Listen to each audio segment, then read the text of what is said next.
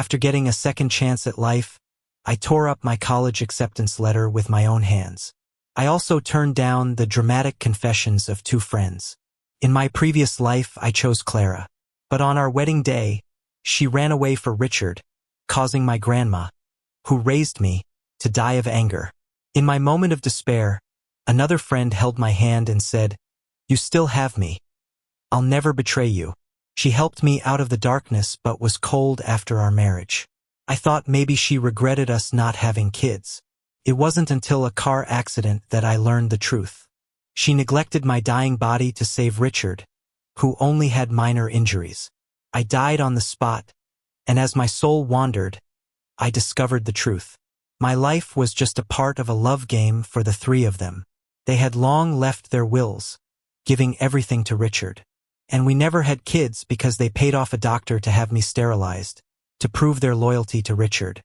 Starting over, I decided to stay far away from all of them and live my own life. When I tore up the university admission letter, my homeroom teacher was shocked. "Oliver, what are you doing?" This year, our school produced 4 students headed to top universities. I was the only one who got in with a citywide top score. Not just my teacher, every teacher in the school had high hopes for me. I calmly said, "I don't want to go. I've already applied to a special research group. They promised to take good care of my grandma with professional medical staff." "Oh, that's the situation," the teacher said. "I understand your family circumstances. Just make sure to study hard for a better future to repay your grandma for raising you." I nodded. I hadn't had time to feel sad or nostalgic about my past life yet. Clara and Gina were already calling me urgently to come down. On the way, people pointed and whispered about me. Someone even tripped me on the stairs. "Bastard," they cursed. Confused, I got up with a limp. At the corner, I overheard Richard talking with 2 friends. "I did see Oliver get out of the school director's car late at night," Richard said, "but that doesn't necessarily mean anything. Maybe he got into university because of his own performance." Richard stopped defending him. One said, "He's too scared to release his grades, so he must be hiding something." "Yeah, Richard," the other chimed in, "you're too kind and always get fooled by him. A cunning guy like him is capable of anything." After joining the research group, I signed a confidentiality agreement that hid my scores. Little did I know, it gave Richard an excuse to spread rumors about me. And my 2 friends knew how hard I studied for my grandma. Yet they still chose to believe Richard. I chuckled bitterly, comforting myself that it didn't matter. Once I officially entered the research group, my identity would be hidden. Then I could finally cut ties with them. No more hurtful comments. No more living a life of lies and betrayal, ending in a tragic demise. I pretended not to have heard anything and approached the 3. "So, what's up?" I asked. Clara's disdain turned into a smile. "Oliver, great. We can be in the same school again. All your hard work finally paid off." Gina smiled too. "We can keep being around you. For years isn't enough. It's gotta be a lifetime." A few guys passing by looked at me with envy, but I felt nothing inside. In my past life, the 4 of us went to the same college. I worked hard for a bright future, engaged in school activities. But in the end, my scholarships and research opportunities were secretly manipulated and given to Richard. Rumors spread that I had inappropriate relations with school leaders. I was bullied and isolated for 4 years. Back then, those 2 always promised to stand by my side, to protect me. Only after my death did I know that they were behind it all. Throughout those sleepless nights and tears, they used my misery to please their beloved Richard. Seeing me silent, Richard sarcastically said, "Lucky you, like a little prince. 2 friends always loyal to you. Unlike me, if it weren't for Oliver's help, I couldn't afford school." Hearing this, the 2 friends were all concerned for Richard. "Don't say that, Richard," one sympathized, "you're handsome and talented. Great things are headed your way. Once you graduate, I'll have my dad get you a manager position." "No, Richard, come to my company. I'll give you a higher post and salary. Whatever you want." Hearing them bicker over Richard left me feeling bitter. We've known each other for so long, but such promises and affection were never for me. Fake love can't compare to genuine affection. As I was about to leave, Clara noticed something was off. "Oliver, don't get the wrong idea," she said, feeling guilty. "We care about Richard because he's your friend." Gina ruffled my hair like she used to when we were kids. "Don't overthink it. We finally finished exams. Let's take a drive. We've got gifts for you." I nodded, not refusing. I was leaving soon. I wanted one last look at the city we grew up in. In the garage, Clara and Gina eagerly let Richard sit shotgun. Richard looked at me, pretending to be in a tough spot. "Isn't Oliver the only one who can sit in your passenger seat? If I sit there, won't your brother get mad?" Clara quickly pushed Richard into the passenger seat. "He doesn't deserve it, he won't get mad. He's got the best temper." Gina shot Clara an annoyed look, slammed the car door with a face full of displeasure. It wasn't until the car was about to start that they realized I wasn't in the car. They rolled down the window, exchanging awkward glances. They wanted to explain but couldn't find the right words. "It's fine, I'll drive my own car." Hearing me say that, both sighed in relief, yet seemed puzzled by my unusual behavior.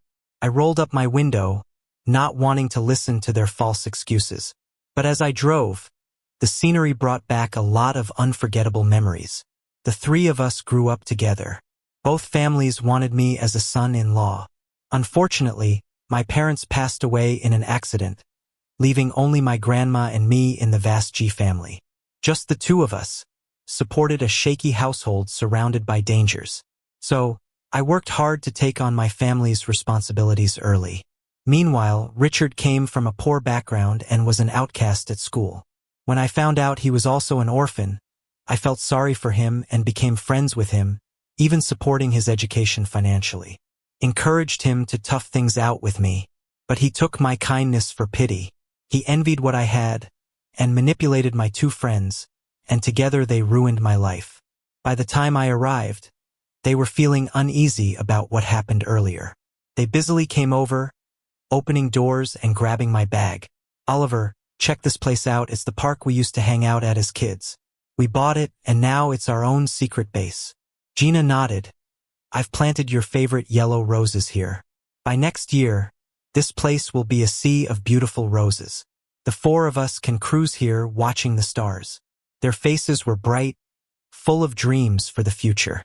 But I just stared at the land silently. This was indeed our childhood secret place, holding our happy memories. But I never liked yellow roses. I'm allergic to all pollen. Lost in thought, I watched fireworks light up the sky above, spelling out my name in brilliant colors. In this dreamy setting, Clara took out a jade pendant, offering it to me. "Oliver, this is my family heirloom. My parents wanted it given to their future son-in-law. I've wanted to give it to you for a long time. Finally got the chance today. Oliver, be with me, okay? Don't you remember when you almost drowned as a kid? It was me who saved you, risking my life. I can give you my life. What's a little jade pendant compared to that? In my past life, I was fooled by their seemingly deep bond. I foolishly thought being childhood friends meant a happy ending. Grandma would have your family for support. I only learned the truth on the day I died, that even deep emotions can be faked." Just as I was about to refuse, Richard spoke up. "Oliver, why did you tell people I was spreading rumors about you? Now everyone's hating on me." He shoved his phone in my face. There were hundreds of comments on the school website calling me shameless, saying I'd slept my way into college. The few defending me were twisted by Richard into accusations against himself. Gina snatched the phone, furious. "Oliver, how could you do this? Even if you're a mess yourself, why blame Richard?" Clara, calmer, still gave me a questioning look. I held back my feelings. "I didn't. If you don't believe me, check it out yourself." Neither listened. They were busy comforting Richard. "Richard, don't worry. I'll get the PR department on this. Sweet treats will cheer you up. Let's get you some ice cream." They flanked Richard, walking away without even a glance back at me. I took a deep breath, staring at the fireworks fading ashes. In the face of life and death, these miseries seemed tiny. At least I was alive, with new days and a future ahead. I wanted to drive home, then remembered Gina had my bag. I had to follow the three of them. Passing by some trees, I heard Gina's impatient voice. Richard, how long do we have to keep up this act? Oliver's such a wild card, who knows what infections he might have. Oliver's so clueless. Can't even tell antique from fake. No wonder he got seduced by some older woman. He's no match to be my family's son-in-law. Richard, only you deserve the real family jade pendant. Richard looked pitifully at them. Oliver may have done lots of bad things, but he was good to me. I can't just abandon him. If you don't do what I say, I won't talk to you anymore.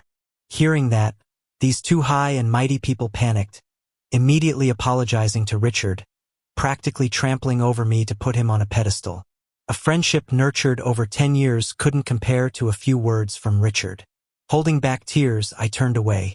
In the endless night, I trudged home, weary. By the time I arrived, my twisted ankle was so swollen it was unrecognizable. Grandma was heartbroken, rushing to apply ointment. Not wanting her to worry, I told her about my school situation. She was both surprised and delighted. My Oliver has made something of himself.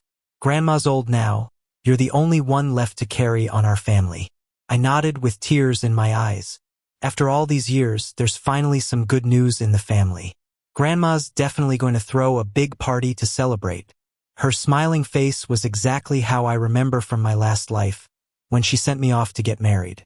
She was so happy, thinking I'd found a good match. But then Clara ran away at the wedding, and that shock killed her right there.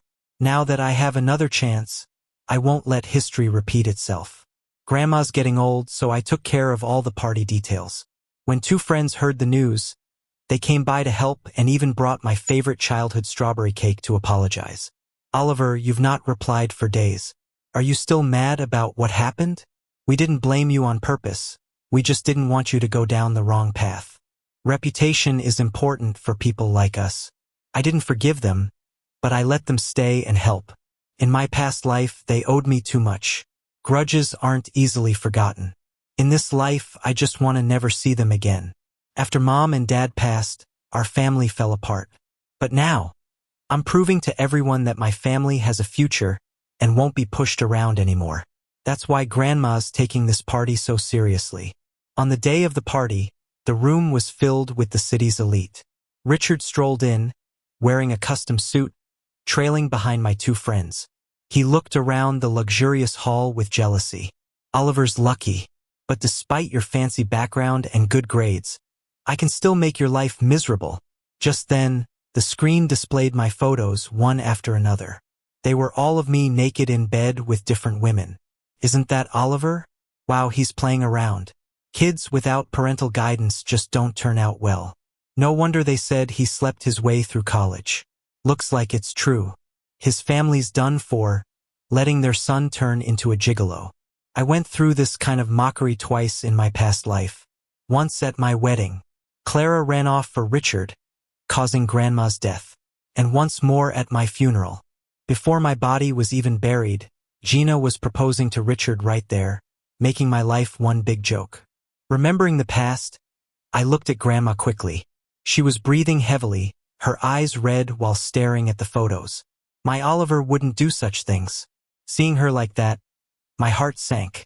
I begged the people around to help take Grandma to the hospital, but they all stepped back, fearful of associating with someone like me.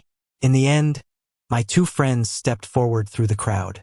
Clara drove, while Gina and I supported Grandma, rushing her to the hospital. Thank goodness we got there in time, or she might not have made it. I thanked the doctor quickly, then stayed by Grandma's bedside to check the surveillance. As expected, I saw Richard's figure. He'd switched the photos deliberately. They were all fake, digitally created. I grabbed the footage to report to the police. But my friends stopped me. It was just a joke. Is it worth making such a big deal? Do you know what you do to Richard by reporting this? I froze, then couldn't hold back any longer and shouted. What about me? My grandma nearly died. Doesn't he care about ruining me and my family? Gina immediately stood in front of Richard and shoved me hard. Enough, Oliver. Your grandma's fine, right? And blame only sticks if there's truth to it. You must have done something shameful for these rumors to spread. Those words didn't hurt like they used to. With a numb heart, I pushed them away. Clara grabbed my wrist, her expression cryptic. Oliver, don't bother. You know neither of our families will let any lawyer take this case. When I refused to let go, Clara tightened her grip. Don't forget, your grandma's still in the hospital. With one word, I could stop her treatment. I'll count to 3. If you don't hand over those videos, I'll pull the plug. Right in front of me, she dialed a number. 3, 2. I'm sorry. I dropped to my knees, tears streaming down my face. I can't take that chance with Grandma's life. Gina snatched my phone and smashed it to pieces. The breaking shards cut my skin. She looked at me coldly. As long as we're here, you'll never hurt Richard. I sat there, broken, until they left and the pain set in. Years of resentment finally hit, and I cried uncontrollably. Promises from when we were young were empty. Friendships were fake. Only the hurt was real. I don't know how long it took, but I managed to get myself back to the hospital, like a soulless shell. I was scared Clara or Gina might do something, so I stayed with Grandma, never leaving her side for days. During that time, only Richard messaged me constantly. My friends took him traveling, bungee jumping, doing everything we'd promised to do together. I blocked his number. When I looked up, I saw 2 well-dressed women at Grandma's bedside. They saluted. Oliver, we're medics sent by the organization. Don't worry, we'll ensure your grandma's safe and healthy when you're not here. That's when I realized it was time to go. I went home, got rid of everything related to my 2 friends. Then I left, not looking back, and got on a plane. Clara and Gina were never my support. I've got to rely on myself, for Grandma, and for a brighter future for my family. After their trip, the school term was about to start. Clara and Gina had the time of their lives, but something nagged at their conscience. What they did with Richard went too far.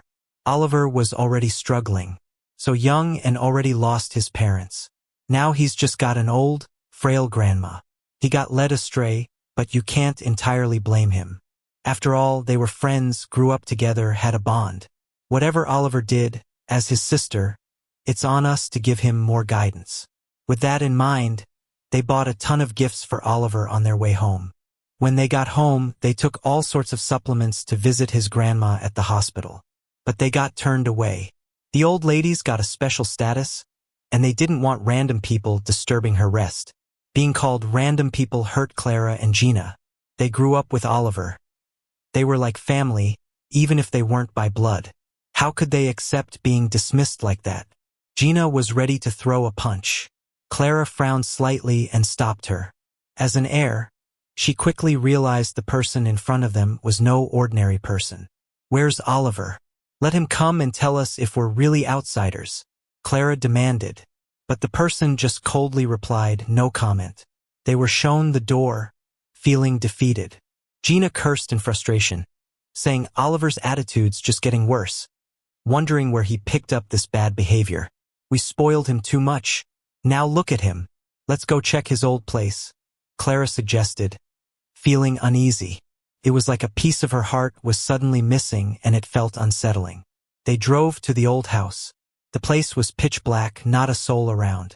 Even Gina, who was full of rage earlier, couldn't stay still. Like they did when they were kids, they climbed over the wall and into the place. They found their way to Oliver's room, only to see it empty and covered in a thin layer of dust. How could this happen? Where's Oliver? Clara was in disbelief looking at it all. Where are the things I gave him? Oliver treasured those more than anything. The gifts I gave are all gone too. And the photos of us 3, our travel diaries, everything's missing. They exchanged worried glances, a sense of unease filling every corner of their hearts. Where could he have gone? His family's been fallen for so long. Nobody would dare take him in. He must be hiding out of anger. Once we find him, I'm gonna give him a piece of my mind. He's acting like a spoiled brat with no right to do so. They started calling around, asking their friends for Oliver's whereabouts. They even had the family bodyguards search everywhere. From sunset till sunrise, they searched the whole city. But no sign of Oliver. His ID, bank cards, all useless now. The only person who might know where Oliver was, they couldn't reach. Oliver, who seemed to always be by their side no matter what, was now completely vanished. It was like he'd turned into thin air, leaving no trace. Clara and Gina were overwhelmed with fear and sorrow, so much so that even meeting with Richard didn't interest them. Where could Oliver have gone? Is he mad at us?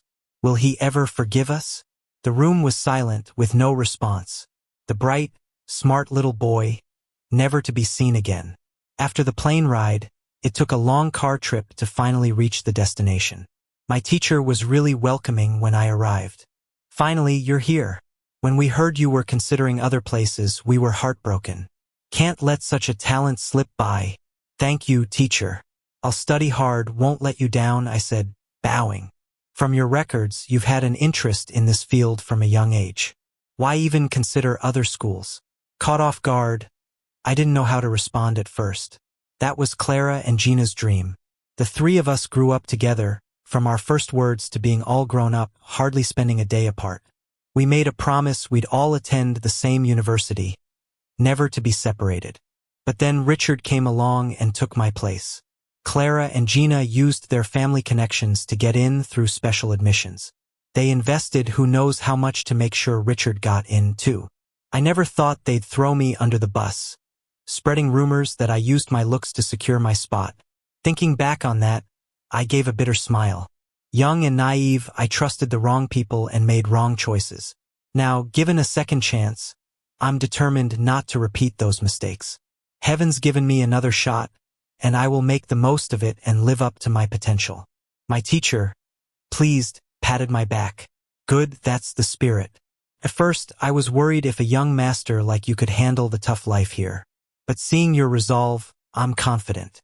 The future belongs to you young folks. No hardship compares to my past. At least my grandma's still alive now. I'm not wasting my life on two people who aren't worth it.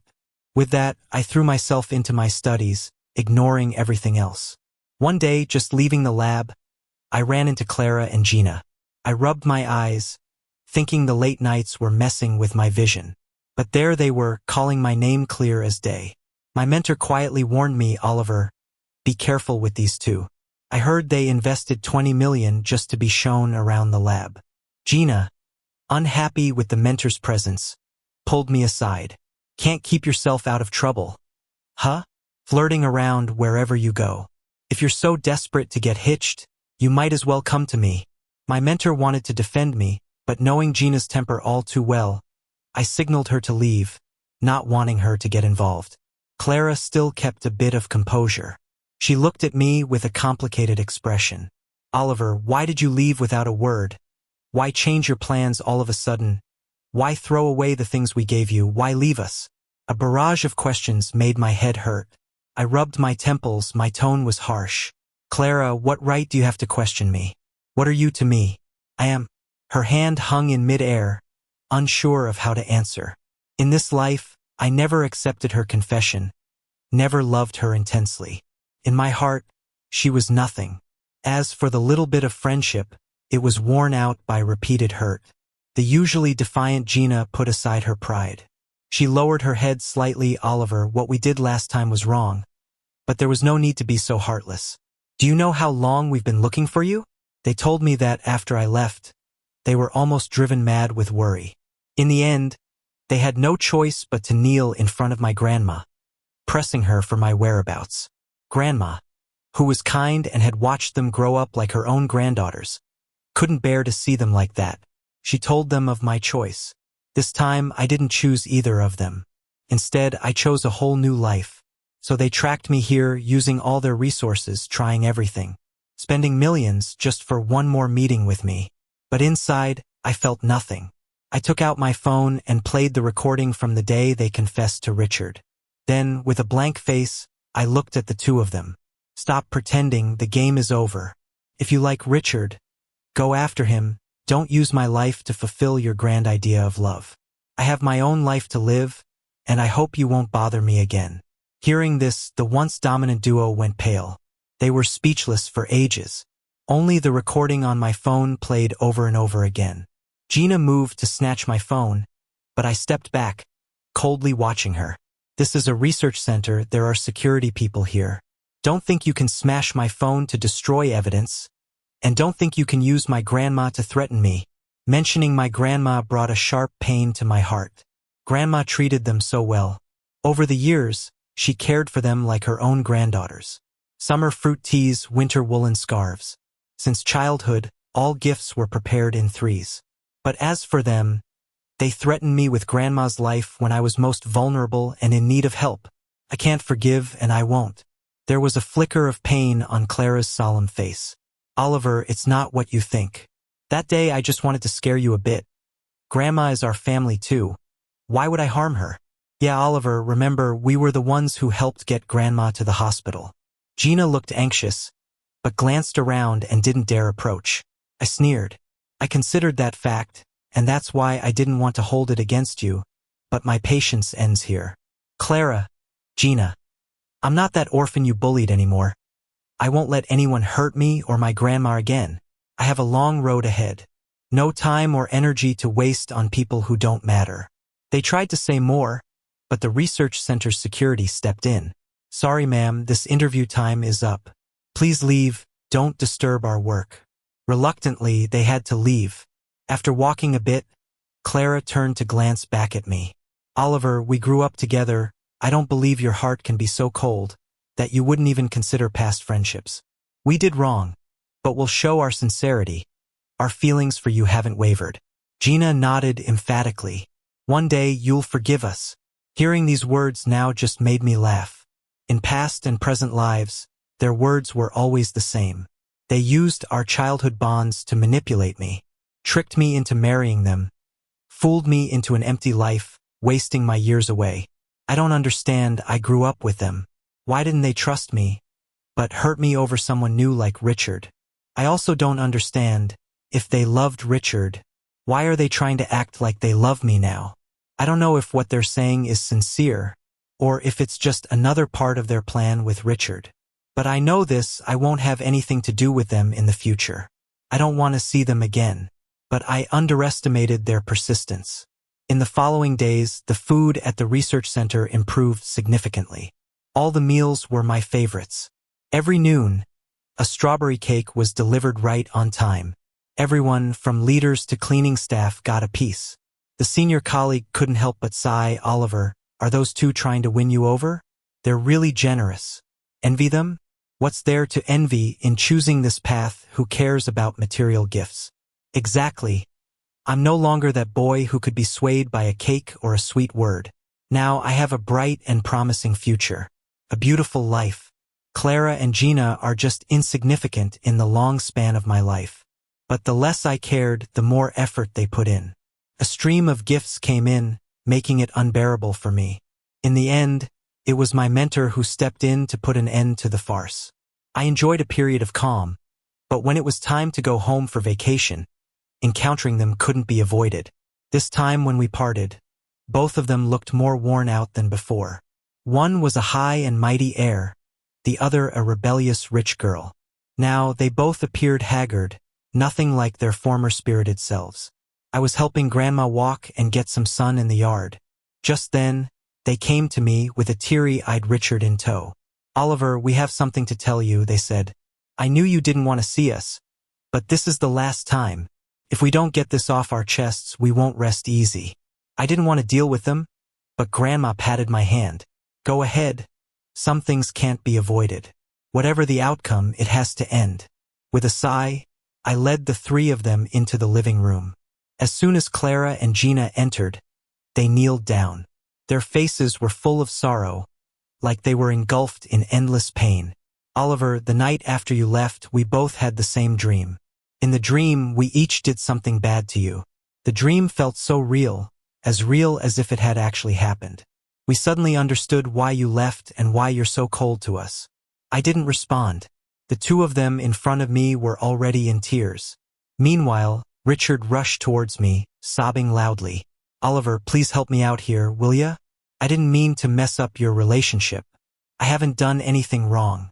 I just liked the two sisters and wanted to repay your kindness. Shut up. Gina yanked Richard and slapped him hard. She was shaking all over with anger. It's all because of you stirring things up that we're in this mess with Oliver now. We saw the diary you hid under the table. You didn't like us at all. You deliberately got close to us because you were jealous of Oliver and wanted to hurt him through us. Through their story, I learned a lot about things that had puzzled me for 2 lives. Richard, through me, had figured out everything Clara and Gina liked. He crafted himself into someone they would like, sometimes being elusive, at other times acting cute. Like a cat playing with mice, he toyed with them both. Seeing no way to explain, Richard didn't bother pretending anymore. He looked at the 2 of them, eyes red, and shouted hysterically, "I did it on purpose, so what? Why does he have everything from birth while I have to rely on his charity to survive? I look good too, why are you all head over heels for him?" I was unwilling to accept it, I just couldn't accept it. I was going to destroy him with my own hands. Show him that the love he prides himself on is just trash I granted him. Gina couldn't take it anymore and kicked Richard. On the way, I always felt people's eyes on me, pointing fingers. But this time it was more severe. I quickly intervened. "Enough. If you want drama, take it outside. Don't pretend in front of me. Oliver, I'm sorry. I was just too dumb. Deceived by him, completely forgetting our past. Forgetting how good you were." The 2 of them looked at me in despair, bursting into tears together. Clara kept mumbling, "My feelings for you never changed. But you're so smart, so outstanding. I wasn't sure I could win you over, so I foolishly believed those words. They thought by doing this they could pull me into their mess. They believed they could keep me with them forever. Unfortunately, things don't always go as planned. I struggled through the muck, grew wings, and flew far away. They couldn't hold me down, nor catch up to me. Richard ended up in the hospital, disfigured and dropped out. Clara and Gina faced repercussions. Using my teachers, I pressured their families to keep them from appearing in front of me again. They might bully the Oliver with no parents, but they couldn't bully the tenacious, rising me. The day I returned to the research center, the sun was bright. I had no idea what lay ahead for those 3. All I knew was that my path forward was radiant.